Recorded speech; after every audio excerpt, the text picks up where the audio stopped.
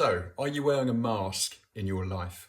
And a mask is where you're actually pretending to be something and you're actually not. And mask wearing is incredibly common. We all do it to some degree. We all wear masks to be something. And that's okay because we have to function in this society. And sometimes we wear masks.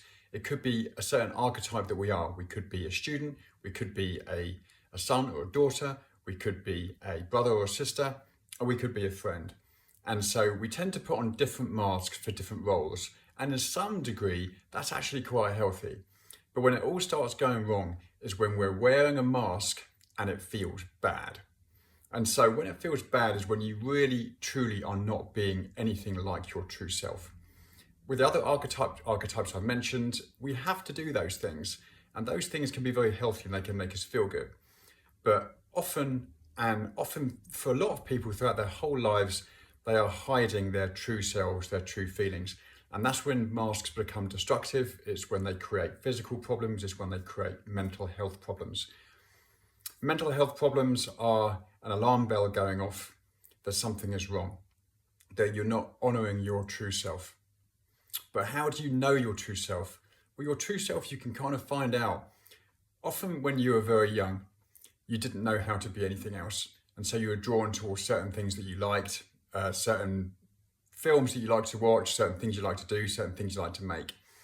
It was impossible to not be ourselves. But as we grow up, we feel the need to wear masks. We feel the need to conform.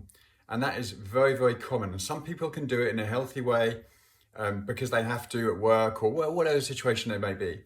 But when it becomes destructive is when you are completely out of line with who you truly are.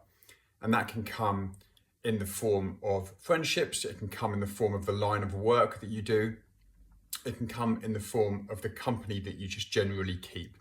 The boyfriend that you have, the girlfriend that you have, or the person that you're married to. And if your true self is constantly suppressed, that gets suppressed emotionally within you.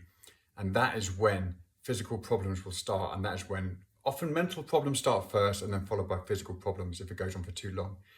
So what I would suggest in actually finding out who you truly are, look at things you enjoy doing. Look if friendships make you feel good. Look if your work makes you feel good. Look at everything in your life around you and see how it makes you feel. And then you can then decide from there what's good for you and bad for you on a true self level.